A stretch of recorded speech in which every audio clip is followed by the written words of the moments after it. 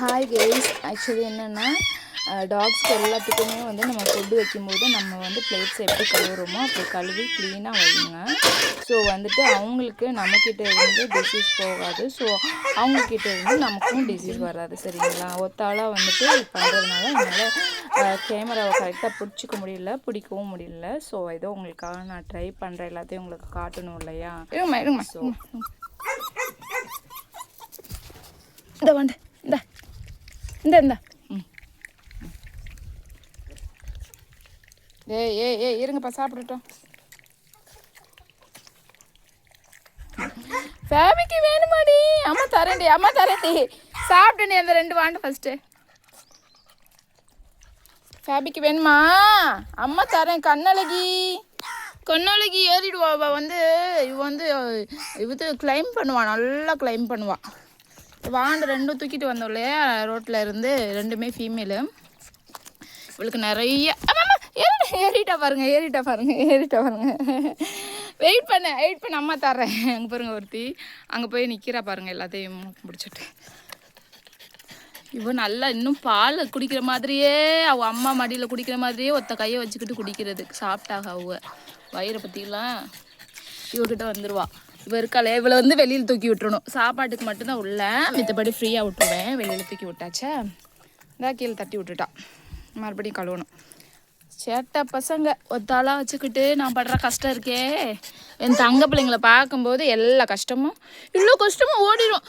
இந்த குச்சி பசங்களை இங்கே வருங்க.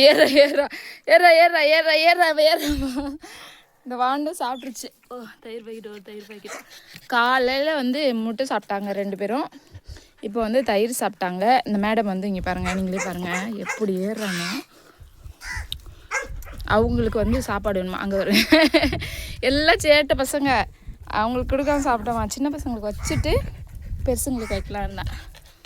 பாத்திரம்லாம் நல்லா கழுவிடணும். பார்த்தீங்களா ஃபஸ்ட்டு எப்படின்ட்டு? நான் பசங்களுக்கு வந்து நல்லா ப்ரஷ் போட்டு டெய்லியும் சாப்பாடு வைக்கும்போது நீட்டாக கழுவிடுவேன். ஆனால் இங்கே எல்லோரும் டாக் லவர்ஸ்ன்னு சொல்லிட்டு பப்பீஸுங்களோட பாத்திரத்தை வந்துட்டு ஒரு வாரத்துக்கு ஒரு தடவை கழுவுறாங்க. ஃபார் எக்ஸாம்பிள் மை சிஸ்டர், என்னோடய ஓன் சிஸ்டர் வந்து 2 ஷெப்பர்ட் வச்சுருக்காங்க. நான் தான் கொடுத்தேன்.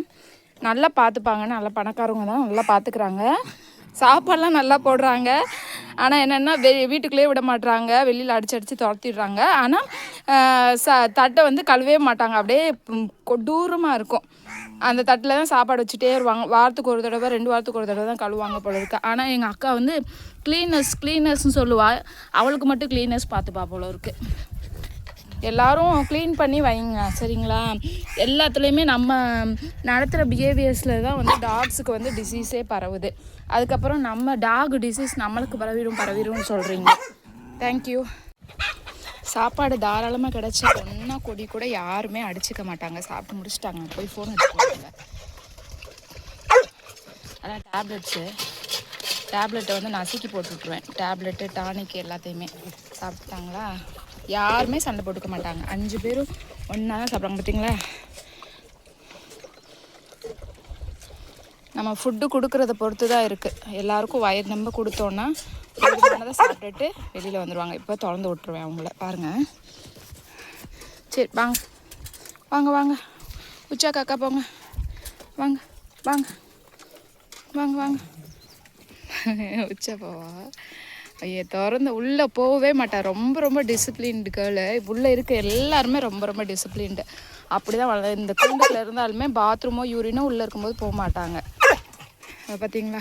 யூரின் இருந்துட்டா. தண்ணியாக இருக்கா, யூரின் இருந்துட்டாளா? பார்த்தீங்களா? யூரின் இருந்துகிட்ருக்கா. பாத்ரூம் போயிருப்பாங்க. யூரின் ஒரு இடம் இருப்பாங்க, பாத்ரூம் ஒரு இடம் இருப்பாங்க. Very disciplined girl. ஆனால் ரொம்ப சுட்டி. வாங்க, தூரமாக போகிறா பாருங்க. இந்த பாத்ரூம் இருக்காளா? வளர்ப்பு தாங்க எல்லாமே. வளர்த்தோம்னா கரெக்டாகவே இருக்கும் எல்லாமே.